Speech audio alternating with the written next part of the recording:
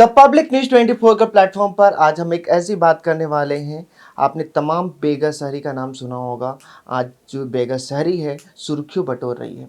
तमाम ट्विटर हो, इंस्टाग्राम हो या यूट्यूब पर आप तमाम हर प्लेटफॉर्म पर आप देखेंगे कि इनकी आवाज़ उठ रही है।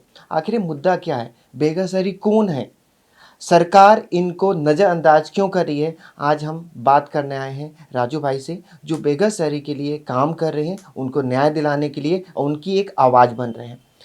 राजू भाई नमस्कार। नमस्कार। सबसे पहले तो जो ट्विटर पर ट्रेंड चल रहा है, इंस्टाग्राम पर, फेसबुक पर, बेघर शहरी, आज हमारे बीच जो व्यूवर्स हैं वो जानना चाहेंगे आखिर ये है कौन? देखिए कैसा मालूम है, ये बेघर शहरी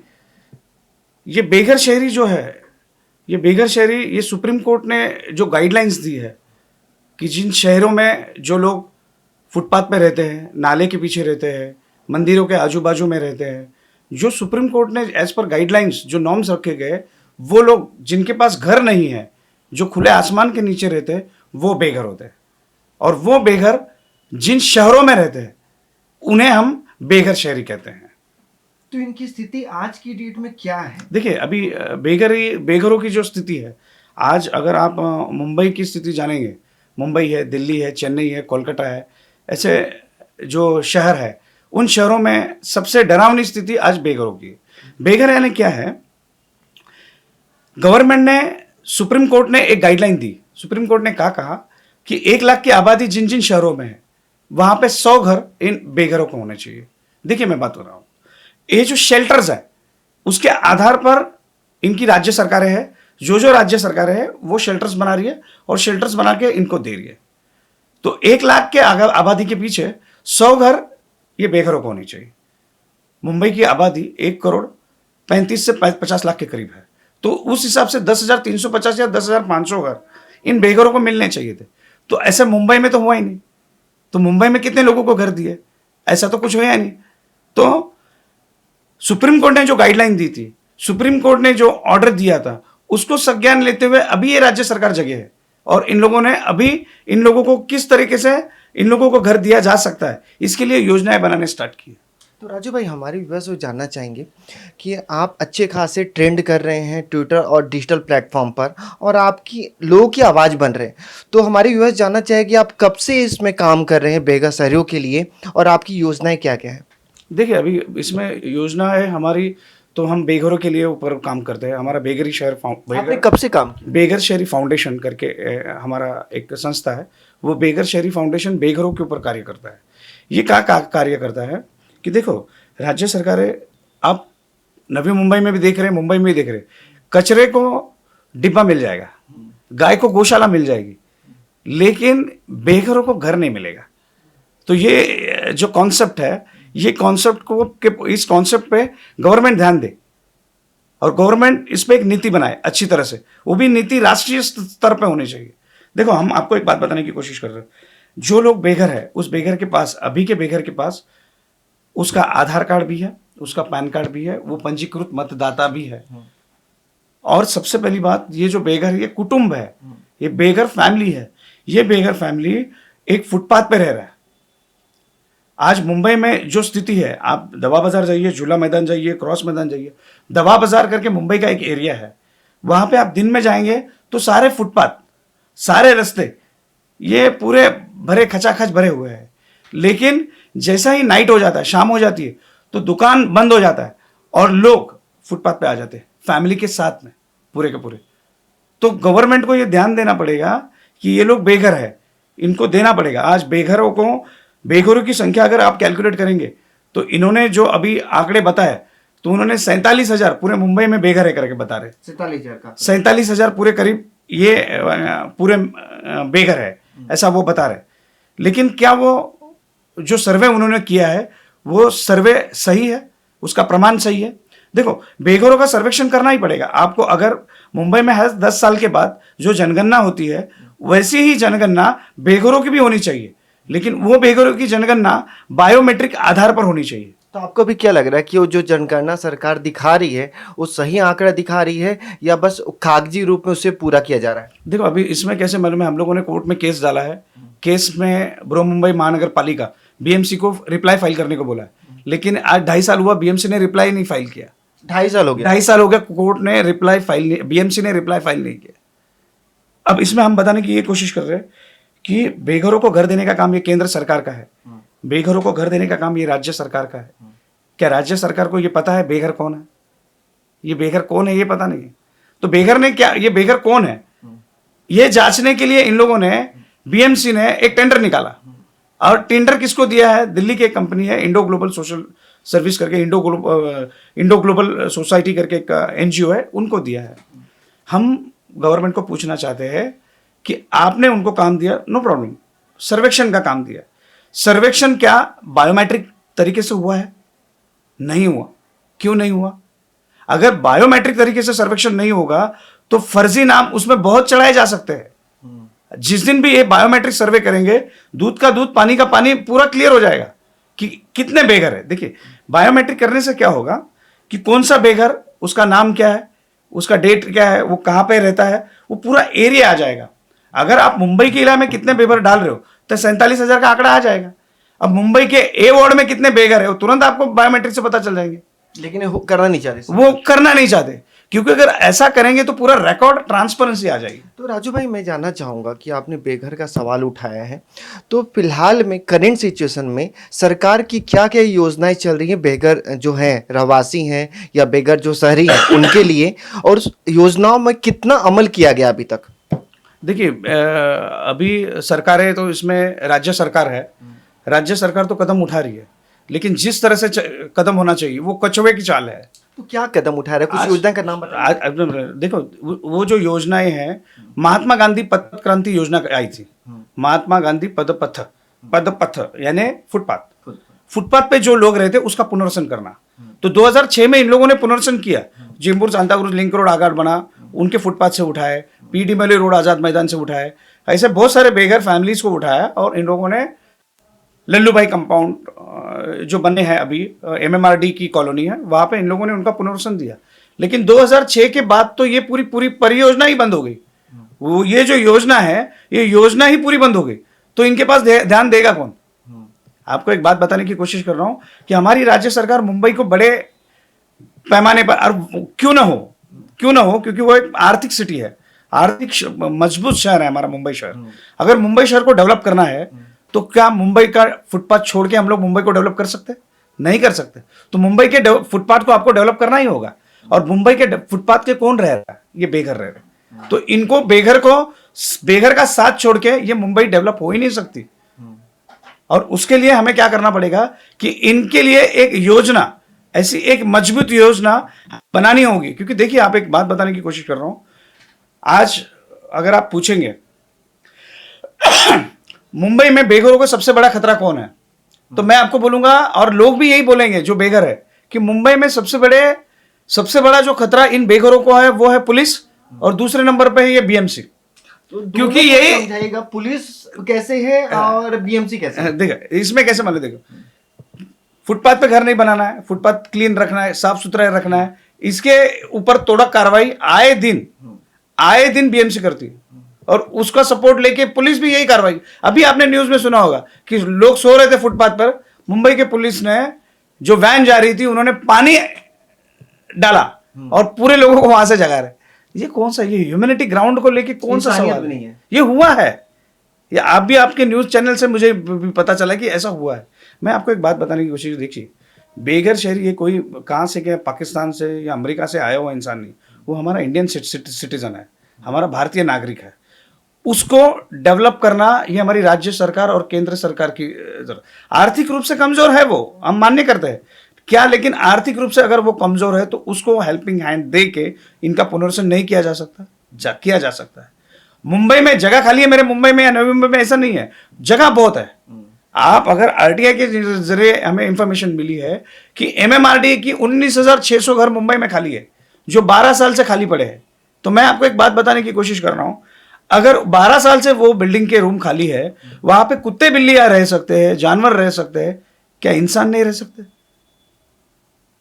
तो ये हमें सोचना पड़ेगा।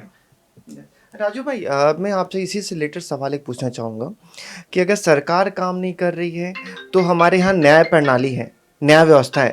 तो मैं आपसे जानना चाहूँगा, हमारे व्यूअर्स भी जानना चाहेंगे कि न्यायालय के क्या दिशा निर्देश हैं और क्या डिसीजन दिया गया है ये बेघर शहरियों के लिए? देखिए न्यायालय ने देखिए देखिए न्यायालय ने तो एक मिनट, देखिए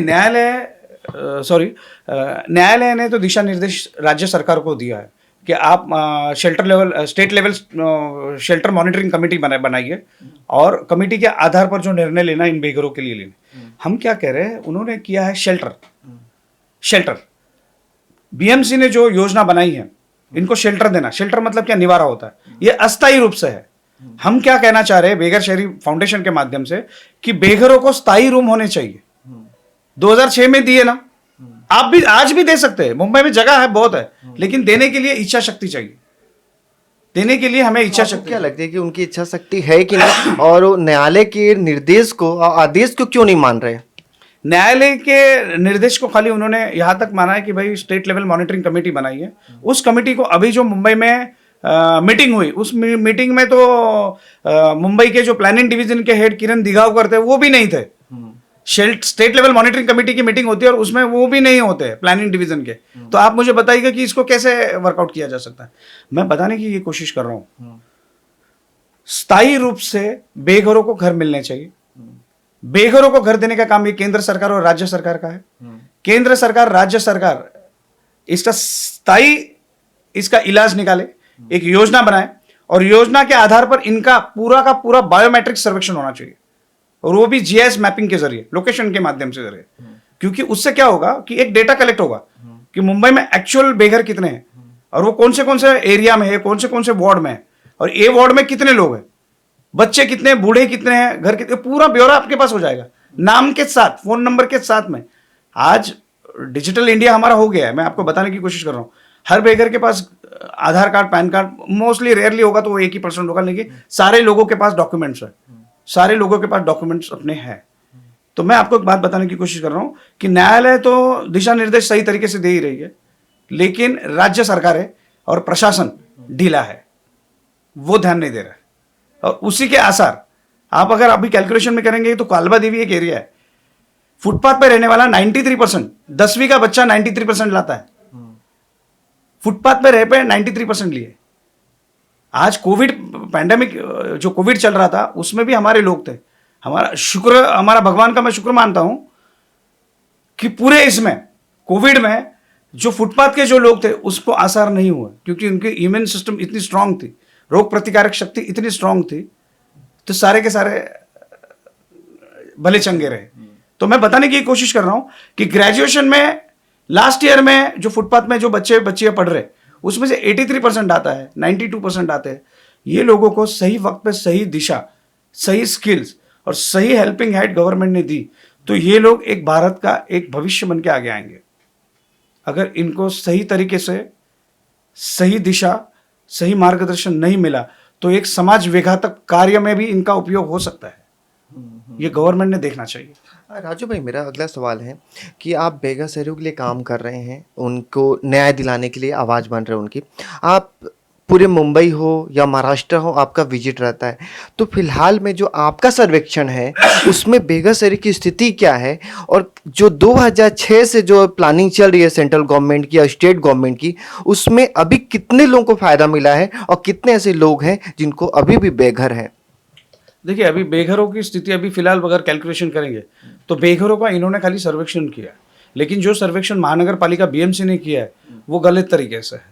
वो सर्वेक्षण किसी काम का नहीं है, वो खाली एक डेटा कलेक्ट किया है। और मैं चाह रहा हूँ, डेटा जब आप कलेक्ट करते हो, गवर्नमेंट उसके लिए पैसा देती है, तो आप उसका बायोमेट्रिक बाकायदा ईमानदारी से करना चाहिए। कौन बेघर है, कौन से इलाके से कहाँ जा रहा है, क्या राशन मिल रहा है, सारा का सारा रिकॉर्ड हमारे गवर्नमेंट के पास आएगा। लेकिन हमारी जो प्लानिंग डिवीजन मुंबई महानगर पालिका का नियोजन विभाग है, वो खुद नहीं चाहता कि इसका सही नियोजन हो, क्योंकि नियोजन होगा तो एक्चुअल आंकड़े कम आएंगे, क्योंकि ये नियोजन में पैसा बांट तो बहुत ज्यादा रहे, लेकिन किसे फंड बहुत आ रहा है। आपको मैं बताने की कोशिश, कितना फंड आता होगा अभी देखिए, इसमें देखिए आपको एक बात, अभी आप कैलकुलेशन करेंगे कि कोविड एरिया में खाना बांट रहे, बेघरों को खाना बांट रहे, तो इसका कोई रिकॉर्ड है क्या, मुझे बताइए ना। कितना बांट रहे हो खाना? फंड तो जा रहा है ना, फंड तो जा रहा है ना। आप एक एक वोट की हिसाब रखते हो तो वो आदमी का हिसाब नहीं रख सकते। पैसा किसका जा रहा है? हमारा तो जा रहा है। हम ही तो लोग तो डायरेक्ट टैक्स और इनडायरेक्ट टैक्स भर रहे हैं, इसी का तो पैसा जा रहा है ना। तो यही कह रहे हैं हम कि बेघर शहरियों का, इन शहरी बेघरों का आपको बायोमेट्रिक और जीएस मैपिंग के जरिए सर्वेक्षण होना जरूरी है।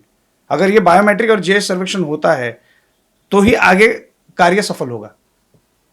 अगर बायोमेट्रिक सर्वे के आधार पर इन्होंने सर्वेक्षण सही तरीके से किया तो मैं आपको गारंटी के साथ बता सकता हूं कि आने वाले 2030 तक मुंबई में एक भी बेघर फुटपाथ पे नहीं मिलेगा। जगह बहुत है मुंबई में, हमारे पास जगह बहुत है। तो राजू भाई, जैसे आप बता रहे हैं कि आज हम आज़ादी के इतने सालों के बाद भी आज हम बात करें बेघर का, और सबसे बड़ा सवाल तो उठता है कि इनका सही रिपोर्ट सरकार के पास नहीं है और नहीं स्टेट गवर्नमेंट के पास है, लेकिन सरकार के साइड से फंड बहुत सारे आ रहे हैं। तो आखिर वो फंड किसके पास जा रहा है? और इतनी सारी जो सरकार की योजनाएं हैं या फिर जो शेल्टर की योजनाएं बनी हुई हैं या खाना देने की योजनाएं बनी हुई, तो ये पैसा तो पूरी तरह से देखा जा रहा है कि पूरा भ्रष्टाचार इसमें हो रहा है। फिर देखिए भ्रष्टाचार, अभी देखो जहां पे नियोजन में ढीला होगा, आपका सिस्टम और पॉलिसी अगर ढीली है तो वहां पे करप्शन होगा ही होगा, वहां पे करप्शन होगा ही होगा। यानी आपको खाना तो बांटने बोल दिया है, लेकिन किसे खाना बांटना है इसका आपके पास कोई डेटा ही नहीं है। तो आपने क्या खाना बांटा और किसको बांटा, कैसे बताएंगे आप? मुझे बताइए। देखिए भ्रष्टाचार की कोई एक व्याख्या अभी फिलहाल के तौर पे तो मैं आपको नहीं कर सकता हूं। क्यों? क्योंकि देखिए, आपको अगर गवर्नमेंट ने बोला बायोमेट्रिक लेना है, बीएमसी ने लिख के दिया है कि बायोमेट्रिक और जीएस मैपिंग लेने के लिए सूचना दी गई, तब भी नहीं लिए गए। क्यों? आपने पेपर में तो मुझे लिख के दे दिया कि बायोमेट्रिक और सर्वेक्षण लेना है, लेकिन आपने बायोमेट्रिक सर्वेक्षण लिया नहीं। क्यों नहीं लिया? क्योंकि आपको अच्छी तरह से मालूम है कि बायोमेट्रिक सर्वेक्षण लेंगे तो एक्चुअल डेटा आपके सामने आएगा, जो कि आपको ही संसार करेगा। हाँ, ये सब चीजें हैं। तो राजू भाई, मैं जानना चाहूँगा, आपने प्रॉब्लम भी उठाया, समस्या भी बताया। अब मैं आपके अकॉर्डिंग चाहूँगा कि आपकी जो ट्रस्ट है या आपकी जो संस्था है जो काम करी बेघर शहरियों के लिए, आपके अकॉर्डिंग उनके लिए न्याय क्या होना चाहिए और क्या प्लानिंग स्टेट गवर्नमेंट को और सेंट्रल गवर्नमेंट को करनी चाहिए? देखिए इसमें कैसे मालूम है, जितनी भी सारी सोशल एनजीओज है, जो सामाजिक संस्था है, उनको हेल्पिंग हैंड्स में लेने चाहिए। और दूसरी चीज़, इन लोगों का बायोमेट्रिक सर्वेक्षण होना चाहिए। बायोमेट्रिक सर्वेक्षण होने के बाद, देखो बायोमेट्रिक सर्वेक्षण होने के बाद इन लोगों को बाकायदा, जो लोग बेघर शहरी है, इन लोगों को बाकायदा उसके स्लिप देने चाहिए, उसकी आइडेंटिटी देनी चाहिए। इसी आइडेंटिटी पे उनको फूड भी मिल सकता है, इसी आइडेंटिटी पे उसको एजुकेशन भी मिल सकता है, इसी आइडेंटिटी पे इनको हेल्थ रिलेटेड जो फैसिलिटीज होनी चाहिए वो भी मिल सकता है, और इसी आइडेंटिटी पे वो लोग वोटिंग भी कर सकते हैं। सर, एक मतदाता के रूप में भी आ जाएंगे और लोगों को अपने को पता चलेगा कि मुंबई में कितने बेघर है, कितना बर्डन आ रहा है। तो सारा चीज इस बायोमेट्रिक के आधार पर ही है। अगर बायोमेट्रिक खुल के होता है तो हम लोग कैलकुलेशन में आ सकते हैं बराबर, तुमको न्याय मिलेगा। नहीं। अच्छा, राजू भाई, और है कि अभी फिलहाल में जो भी प्रोसीजर, वो कमेटी बनेगी, सर्वेक्षण होगा, बायोमेट्रिक होगा। अब जानते हैं सरकारी काम कितना लेट होता है, लेकिन आपकी जो संस्था है उनके लिए क्या हेल्प कर रही है अभी देखो फिलहाल के तौर पर हम लोगों ने भी एक एप्लीकेशन बनाया है, बेघर शहरी फाउंडेशन ने भी एक एप्लीकेशन बनाया है जो बायोमेट्रिक की तरफ से जीएस मैपिंग भी लेता है। तो उसका डेटा हम लोग आने वाले 21 तारीख से पूरे मुंबई में, नवी मुंबई में, ठाणे में और औरंगाबाद में स्टार्ट करने वाले हैं। तो इससे 20 तारीख से हम लोग हमारा जो सर्वेक्षण दौरा होगा, हम लोग एरिया वाइज जाके जो फुटपाथ पे जो लोग रहते हैं उन लोगों का डेटा कलेक्ट कर रहे हैं, और वही डेटा हम लोग राज्य सरकार और केंद्र सरकार को देने वाले हैं। राजू भाई, एक लास्ट क्वेश्चन हमारे इंटरव्यू का रहेगा। पुनर्निवास योजना जो बेघर शहरियों के लिए है वो कैसी होनी चाहिए? देखिए पुनर्वसन, देखो मैं आपको एक बात बताने की कोशिश कर रहा हूँ। मैं ये नहीं कह रहा हूँ कि राज्य सरकार पे लोड आए और इनको जो घर है वो ऐसे ही फ्री में दे दो, ऐसा नहीं। इनके निजी तौर पर 5 साल के पायलट प्रोजेक्ट को माना जाए, 5 साल तक इनको आप उनको घर दे दीजिए और बाकायदा इनको रेंटेड बेस पे दे दीजिए। जैसे 2006 में तो आपने उठा के ही उनको दे दिया सीधे। 2006 में महात्मा गांधी पथ क्रांति योजना के आधार पर उन्होंने सर्वेक्षण किया और उनको दे दिया। लेकिन मैं ये कहना चाह रहा हूँ कि इनको फिलहाल तौर पर 5 साल के आधार पर इन लोगों को रेंट आउट में गवर्नमेंट उनसे फीस ले और 5 साल में इनका डेवलपमेंट देख के उनको एक चार्ज लगाए और उनको रेगुलराइज करे। हम ये कह रहे हैं देखिए अभी आप जाएंगे अगर चेंबूर माहौल में बहुत सारी बिल्डिंगें खाली है। अगर आप बोलेंगे वहाँ पे हाई कोर्ट का कुछ लिटिगेशंस है, और ठीक है, नो प्रॉब्लम। और भी जगह पे मुंबई में रूम खाली है, तो वहाँ पे दिए जा सकते हैं, दिए जा सकते हैं इन लोगों को। देखो फुटपाथ, ये अच्छी बात नहीं है कि जो फॉरेनर हमारे देश में आ रहा है, गेटवे पे उतरता है, वहाँ से फोटो निकालते हुए फुटपाथ पे जो लोग, ये अच्छी बात नहीं है। मेरे मुंबई के फुटपाथ पूरे क्लियर चाहिए, और 100% 2030 तक सारे के सारे फुटपाथ क्लियर हो सकते हैं, लेकिन काम होना चाहिए एक प्रॉपर वे में, प्रॉपर वे में काम होना चाहिए, तब जाके ये हो जाएगा। देखो आपको एक बात बताने की कोशिश कर रहा हूँ कि ये लोग बेघर है, इनके पास घर नहीं है, स्किल नहीं है, एक करते हैं। ये लोग कौन है जो फुटपाथ पे कुछ बेचते हैं? आप सिग्नल लगता है तो ये लोग नींबू मिर्ची बेचते हैं, कुछ खिलौने बेचते हैं, ये थोड़े फार अर्न कर लेते, लेकिन जिस तरीके से वो अर्न करते हैं और उसमें पूरे उस आधार पर जो पैसा बनता है, उस पैसे से ये घर नहीं ले सकते। इसके लिए गवर्नमेंट को इनको हेल्पिंग हैंड देना पड़ेगा। अगर गवर्नमेंट इनको हेल्पिंग हैंड देती है तो डेफिनेटली ये हमारे देश का फ्यूचर अलग से बन के किस्म सामने आएगा। प्रॉब्लम्स तो बहुत है, आज ठंड में लोग मर रहे हैं। आज दिल्ली की ठंड आप अच्छी तरह से जानते हैं, रास्ते पे आप गूगल पे सर्च कीजिए कि आने वाले गए 7-8 साल में ठंड के कारण फुटपाथ पे कितने बेघर मरे। तो राजू भाई, इसमें तो बहुत बड़ा सवाल उठता है कि जब इनका आंकड़ा सरकार के पास नहीं है, स्टेट के पास इनका आंकड़ा नहीं है, तो इनके साथ अगर कुछ होता है तो इनका सही आंकड़ा नहीं मिलेगा कि इनकी स्थिति क्या है, इनके साथ कुछ गलत हो रहा है कि नहीं। देखिए अभी महिला ही है, आपको एक बात बताने की कोशिश कर रहा हूँ कि सबसे पहली बात आती है कि बेघर शहरों में एक फैमिली है, फैमिली में महिलाएं भी आती है, तो महिलाओं की सिक्योरिटी कैसे करेंगे? महिलाओं की सिक्योरिटी कैसे? जिस फुटपाथ पर अगर वो अपनी फैमिली के साथ पे रह रही है, वहाँ पे बीएमसी आके तोड़ा कार्रवाई करती है, उसका सामान उठा के लेके जाती है, फिर पुलिस उस पर टॉर्चर करती है, उस महिलाओं को क्या सिक्योरिटी आप मानेंगे? तो हमें ये सोचना पड़ेगा कि इन महिलाओं के बारे में हमें क्या करना है। इन महिलाओं के बारे में इनको प्रोटेक्शन तो देना ही पड़ेगा। ये हमारे देश की महिला है, हमारे देश के नागरिक है, ये लोग कहीं बाहर से तो नहीं आए। आज इनको पानी चाहिए तो पानी कौन देगा? मैं पाकिस्तान से या अमेरिका से तो पाइपलाइन हम नहीं ला सकते। इनको पूरे मुंबई को पानी पिलाती कौन है? बीएमसी। इनको बीएमसी ही पानी देना पड़ेगा। आप मुझे एक बात बता, आपको एक चीज़ के पास आपका ध्यान खींचता हूं मैं। देखो टॉयलेट है, आज आप जो बहुत सारे स्टेशन पे टॉयलेट बाथरूम्स है इलाका में, तो इलाके में टॉयलेट बाथरूम्स के लिए आज अगर नॉर्मल एक बाथरूम भी करता है तो 5 रुपए लेते हैं, नहाने के लिए 10 रुपए लेते हैं, तो एक बंदे के लिए 15 रुपए खर्चा है। महीने का खर्चा जोड़ लेंगे तो 30 दिन के हिसाब से 15 तारीख यानी 450 रुपया। 450 रुपया तो इतना खर्चा आप भी नहीं दे रहे हो, मैं भी नहीं दे रहा, तो मेरा लेकिन बेघर दे रहा है। तो उसके लिए क्या कैसे करोगे आप? तो अगर बायोमेट्रिक होता है, बायोमेट्रिक के आधार पर उनको रिसिप्ट दी जाती है, कार्ड दिया जाता है, वो कार्ड पे आधार पर गवर्नमेंट को हम बोल सकते हैं कि ये बेघर है, इनसे कुछ चार्ज ना लिया जाए। हम गवर्नमेंट को बोल सकते हैं कि इनके बायोमेट्रिक के आधार पर जो सर्वेक्षण रिसिप्ट होगी, उस आधार पर इनको एजुकेशन हेल्थ में इनको मदद दी जाए। ये कर सकते हैं और सारा ट्रांसपेरेंसी आएगा। लेकिन खुद बीएमसी के बृहमुंबई महानगर पालिका खुद चाहती है इसमें ट्रांसपेरेंसी ना आए, कि नियोजन विभाग का नियोजन ही सही नहीं है। ताकि अगर सही आंकड़ा अगर आ गया तो उनकी जो प्लानिंग है पूरी फेल हो जाएगी और सही चीजें जनता के पास भी आएगा और सरकार भी देखेगी। ये भी देखिए, मैं आपको एक बात बताने की कोशिश कर रहा हूँ। मैं ये नहीं कह रहा हूँ, हाँ बीएमसी कर रही है, लेकिन बीएमसी का जो काम करना का जो तरीका है, पहले नियोजन विभाग जिसको जो प्लानिंग कमेटी है, वो प्लानिंग कमेटी को प्लानिंग करना पड़ेगा। कि जो प्लानिंग कमेटी की जो प्लानिंग है वो खाली हवा की बातें करते हैं। आप ग्राउंड में आइए, ग्राउंड में आइए। आज आप अगर कांदिवली में जाएंगे तो देखिए कांदिवली में क्या जगह है। फुटपाथ पे महिंद्रा ब्रिज के यहाँ पे पूरे लोग रह रहे, पूरी फैमिलीज रह रही। आप झूला मैदान जाइए, क्रॉस मैदान जाइए, आजाद मैदान जाइए, सब लोग रह रहे फुटपाथ, फैमिली की फैमिली रह रही। Who is responsible? कौन रेस्पॉन्सिबल है इसका? जगह है मुंबई में, देने की इच्छा चाहिए, प्लानिंग सही होनी चाहिए। तो दोस्तों, जैसा कि आपने देखा कि हमने राजू भाई से तमाम उन सवालों का जवाब लिया है और उन्होंने बेबाक होकर सभी का आंसर दिया है। एपिसोड सिर्फ आधे घंटे का, 1 घंटे का नहीं है, एक ऐसा मुहिम है जो हम उन जनता की बात कर रहे हैं जिसमें इंसानियत और मानवता झलकती है। आज बेघर शहरी जो सरकार उनको अनदेखा कर रही है या स्टेट गवर्नमेंट अनदेखा कर रही है, या बात करूँ महानगर पालिका की या मुंबई पालिका की बात करूं या तमाम स्टेट की बात करूं, तो सभी नोटिस नहीं करें कि बेघर शहरी की तादाद कितनी है। नहीं सरकार के पास उसका सही आंकड़ा है, नहीं उसकी सही प्लानिंग है और नहीं उनकी कुछ मनोदशा भी दर्शाती है कि उनके लिए कुछ काम करने वाले हैं। ये सिर्फ कागजी कार्रवाई हो रही है, धरातल पर इसका कोई भी सच्चाई उपलब्ध नहीं है।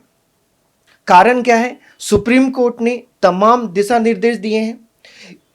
सेंट्रल गवर्नमेंट ने भी 2006 में प्लानिंग की थी, लेकिन आपको मालूम है कि जैसे ही सरकार बदलती है तो उनकी योजनाएं में भी ताला लग जाता है। अधिकारी बदलते हैं तो उनके पुराने अधिकारी द्वारा जो योजना बनाई जाती है उनमें भी ताला लग जाता है। लेकिन इसका खामियाजा आज एक आम इंसान बेघर शहरी भुगत रहा है। तो दोस्तों, इसी तरह की न्यूज़ के बने रहिए द पब्लिक न्यूज़ 24 के साथ। जय हिंद, जय महाराष्ट्र। Thank you.